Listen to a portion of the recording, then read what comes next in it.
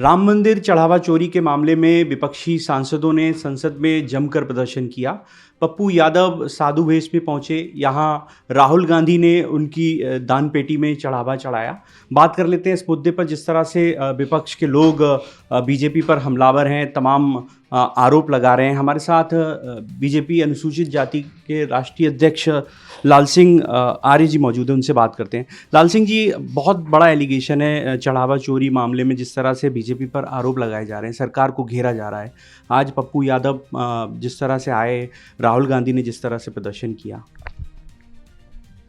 कांग्रेस सहित इंडी गठबंधन के जो नेता हैं वो रामद्रोही हैं। ये राम के अस्तित्व को नकारते हैं, उनको स्वीकार ही नहीं करते। ये राम मंदिर बनाने वाले राम भक्तों के कार सेवकों पर गोली चलाने के, निर्दोष लोगों की हत्या करने के खून से इनके हाथ सने हुए हैं। ये राम मंदिर की जगह मस्जिद या राम मंदिर की जगह शौचालय बनाने की बातें करते थे। आज वो राजनीतिक लाभ की दृष्टि से इस प्रकार की प्रोपेगेंडा खड़ा कर रहे हैं। उन पर कोई विकास के मुद्दे पर नरेंद्र मोदी जी ने, चाहे एयरपोर्ट हो, चाहे रोड हो, चाहे रेल कनेक्टिविटी हो, चाहे स्पेस कनेक्टिविटी हो, सब दूर इतना काम किया है कि इनको कोई जगह ही नहीं है। और इसलिए जानबूझकर वितंडावाद खड़ा करना ये इंडी गठबंधन का शकल हो गया है।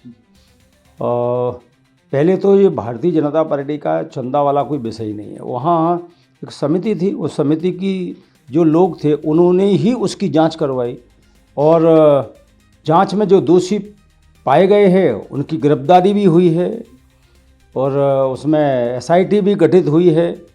तो इसलिए बहुत पारदर्शी ढंग से राम मंदिर के धन संग्रह को लेकर जांच चल रही है। इसलिए संपूर्ण जांच जब तक ना हो जाए उस पर कोई भी कमेंट करना मुझे लगता है उचित नहीं है।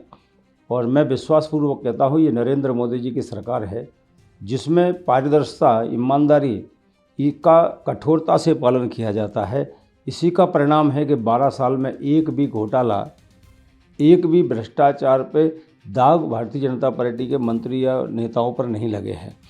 क्योंकि छोटी सी छोटी चीज़ों को भी, आम आदमी के मिलने वाली सहायता को भी पारदर्शी ढंग से उसके खाते में पहुंचाना चालू कर दिया। बहुत सारे करों से लोगों को नुकसान होता था, उनको ख़त्म करके एक जीएसटी कर दिया। कुल मिला के एक सुशासन का जो शासन है वो नरेंद्र मोदी जी के नेतृत्व में देश में है।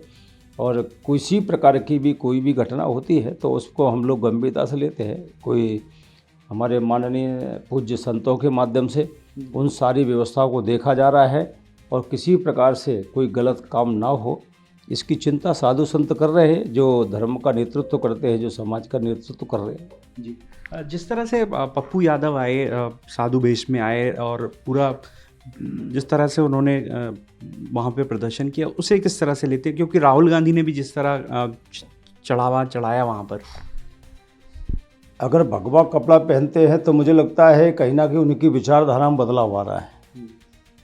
और भगवा कपड़ा पहन के भगवाधारी संतों को अगर गाली देते हैं तो पूरी सनातन परंपरा का अपमान है। और इसलिए ये ऐसे लोग हैं, इनको सबको मालूम है चुनाव में नोट बांटने का काम, गंदा काम ये करते हैं, लोकतंत्र को खरीदने का काम करते हैं। वहाँ अपराधियों को संरक्षण देने का काम, चाहे सपा हो चाहे इंडी गठबंधन हो, ये देने का काम करते हैं। इसलिए इनका धर्म से कोई संबंध नहीं है। अरे गाय काटने वालों को सपोर्ट करने वाले, भारत मुर्दाबाद का नारा लगाने वालों का सपोर्ट करने वाले, धारा 370 हमारी सरकार बन गई तो फिर से लगाएंगे, ये कहने वाले लोग ये राष्ट्रवादी हो ही नहीं सकते, राष्ट्र प्रेमी हो ही नहीं सकते, धर्म प्रेमी हो ही नहीं सकते हैं। और इसलिए मुझे लगता है ये केवल एक षड्यंत्र है। इस षड्यंत्र के माध्यम से वो वोट को टारगेट करना चाहते हैं। वो सनातन को या हिंदू धर्म को बदनाम करने के लिए जो भी कुछ कर सकते हैं वो करते हैं। तो देखिए, ये थे हमारे साथ बीजेपी अनुसूचित जाति मोर्चे के राष्ट्रीय अध्यक्ष लाल सिंह आर्य साहब, जिन्होंने राहुल गांधी और कांग्रेस को निशाने पर लिया है। कैमरा पर्सन अमित सिंह के साथ BSTV डिजिटल के लिए दिल्ली से मैं प्रहलाद सेन।